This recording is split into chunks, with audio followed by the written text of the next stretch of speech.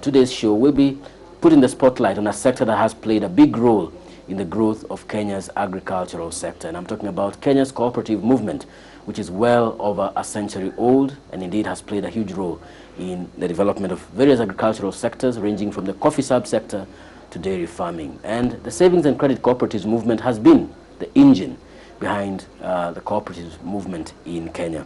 And in August, a meeting will be held to discuss, to put the spotlight on the SACCO movement in Kenya. And here with me to discuss that particular meeting, and as well as the state of the SACCO movement in Kenya, is Njoroge, the Finance Director of the ALPEX Consulting Africa Limited. Welcome, George. Thank you, Steve. Good. Let's begin with this meeting, the summit that will be taking place on the 14th to 15th of August in Nairobi. What's the objective of this particular meeting? Well, the main objective of this summit is to bring together the international financiers and even some of the local financiers with the cooperative movement leaders to come to discuss and to look at the way forward in this sector, how to move it forward, of course, in the circumstances that the movement is operating in this country and in this region. Mm-hmm. I noticed that the other agenda around the meeting will be also to bring international investors to take a look at our SACCO movement. Yes. Why the focus also on bringing international investors into the picture? Generally because this sector has a financing gap in the tune of around 160 billion shillings, because the local market supplies an average of around 120 billion annually, yet it has the absorption capacity of 280 billion annually. And then this summit object is informed by that gap, that it can only be met by people who have an international of international nature, people who operating in the international market.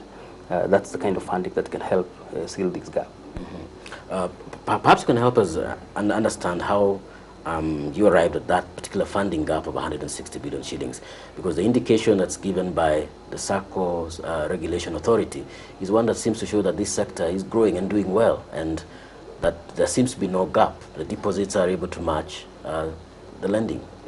Well, I want to say that ALPEX Consulting Africa Limited, one of the things we do, and it's a huge department on its own, is research. Our own research department was able to establish that. Now, the SACCO Society's Regulatory Authority is doing a commendable job, and actually it's trying to bring sanity into, until now, a very chaotic industry.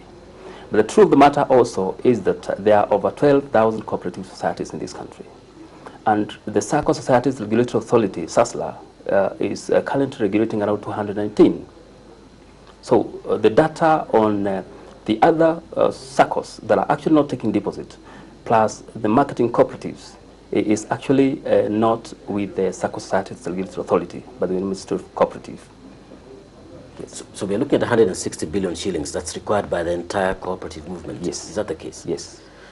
Tell me, in view of that particular gap, where are cooperatives looking to for financing, given that also, as we speak, we have a high interest rate regime?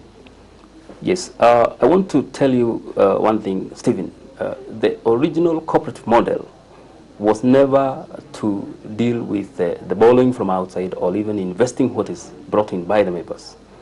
It was a model that was well designed to ensure that members bring their savings, and that saving is used to lend to those who want to borrow. Of course, the assumption is that when you want to borrow, it's not the time I want to borrow. And if you look at most of the policies of these cooperatives and SACCOs generally, is that when you save one, you get times 3. So if you're talking of a share of deposits in the tune of 240 billion shillings in this country, then if everybody that have qualified to borrow borrows, this will be landing into over 600 billion shillings. Yet the loan portfolio in this sector is not more than 200 billion. That means there's a very huge gap. What happens is that you are given less than what you require. You want to do a project A, you want 100 shillings, you are given 60 shillings. Now, 40 shillings you've got to source from somewhere else. you will not be able to do your project the way you plan to do it. And therefore, you are not likely to feel compelled even to pay that loan. That's why you even have issues of delinquency and people not willing to pay. At the same time, people do not feel like they've been served by these institutions because their issues are not addressed. They still go to banks, they still go to Shylocks, they still go to other places to borrow, yet they still have their own institution. It is because the institutions do not have the capacity to satisfy them financially. And I think this summit is trying to address that, to empower these institutions, to ensure that they are able to have the little capital that can help transform themselves, to serve these people and to satisfy them so that they don't have to look elsewhere. Now, another thing is, the reason why we also have to look outside is because of that confidence crisis. These members of these cooperatives do not believe so much in these circles. They do not believe so much in them. And that's why they do not save so much with them. A member would save 100 shillings with a circle and put 10,000 in a bank. Yet, this is his or her circle. But the bank, he really has no control on the banks. It's because they believe when they go to the bank tomorrow, they will be able to find the 100,000 they put in there. But they also believe if they put 100,000 in their circle, it may not be there tomorrow or the day after. And that is the confidence crisis we must build. That these institutions now are viewed by the members as the banks of these people. And therefore they are able to sell their goat at 10,000 and take the whole of it to their circle. And that is the money that will help growth and transformation in this sector. In the long term, of course, that is the money. In the short term, to build the crisis and to work on the crisis, there has to be capitation from elsewhere, which will come to enable the institutions be able to offer that kind of service, a prudent and efficient and effective service that will touch the lives of the people, and that these people will slowly turn around and see, fine, oh, this is our organization. They now start saving with it. And that saving now is what will drive the real change in the long run. Mm-hmm. You've mentioned a very important issue, and that's the confidence crisis that has crept into the cooperatives movement. Yes. Could that also be traced to the fact that also SACCOs and generally cooperatives are run almost sometimes as a one-man show where the chairman says everything and the board follows suit? Well, partly, I agree.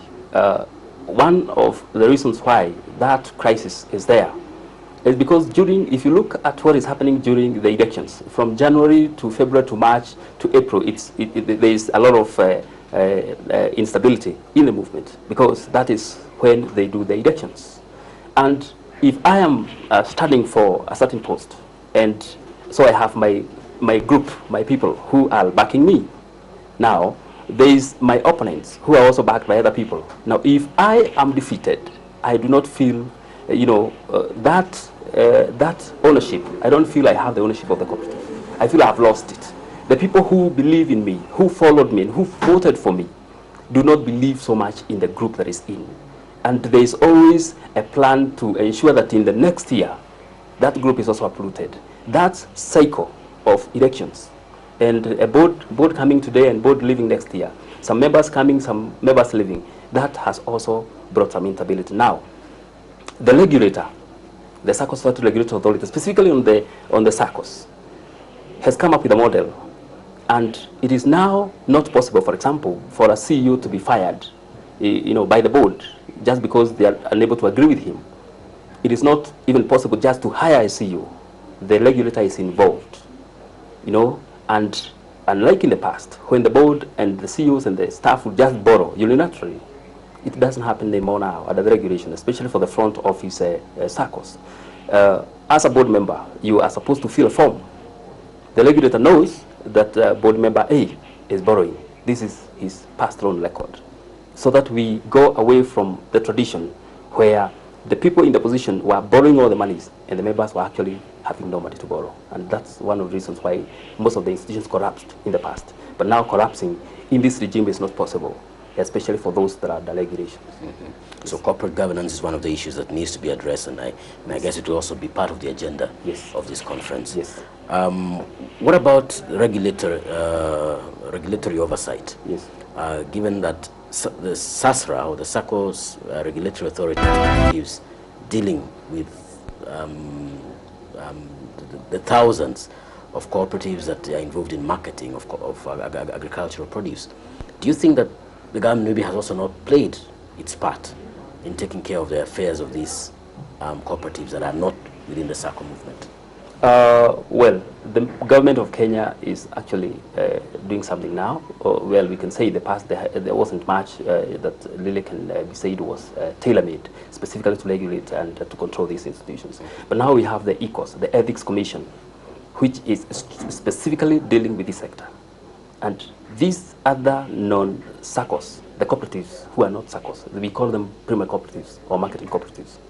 Now, they are on that spotlight to ensure they are doing the right things, because the regulator is only dealing with the SACCOs. The SACCO Societies Act of 2008 specifically established the SACCO Societies Regulatory Authority. Now, that authority is the SASLA now, and it's the one that is regulating and licensing these SACCOs. And they are really firm, and I'm telling you the truth, a lot of changes are happening now. If you got some of the SACCOs out of this, in the countryside, where things used to be done the traditional way, now things have changed, and now they care what they're doing, they care where they're borrowing, they care how they're marketing, because they know there's someone who is following them very closely. And slowly, that will bring some sanity, the sanity that is needed for growth.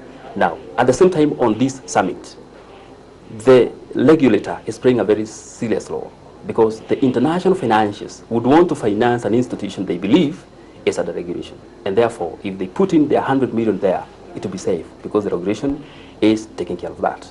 They will not want to give their money unilaterally to organizations that they are not controlled by anyone, because they come tomorrow for the monies and the money will not be there, and the institution itself will have collapsed. That regulation is going to build the confidence, and that confidence that, as we are saying in the microfinance institutions, they are receiving some funding from outside this country. It's because the central bank is very strong on the microfinance institution regulations and licensing. And that is the same case that is going now to happen to the SACCOs, especially those under regulations, because the regulator guarantees that these people are running well. That's why we have licensed them. And therefore, you as a financier, you'll have no issues with them in terms of, are you people credible? Are you not credible? Those are questions you not ask as a financier.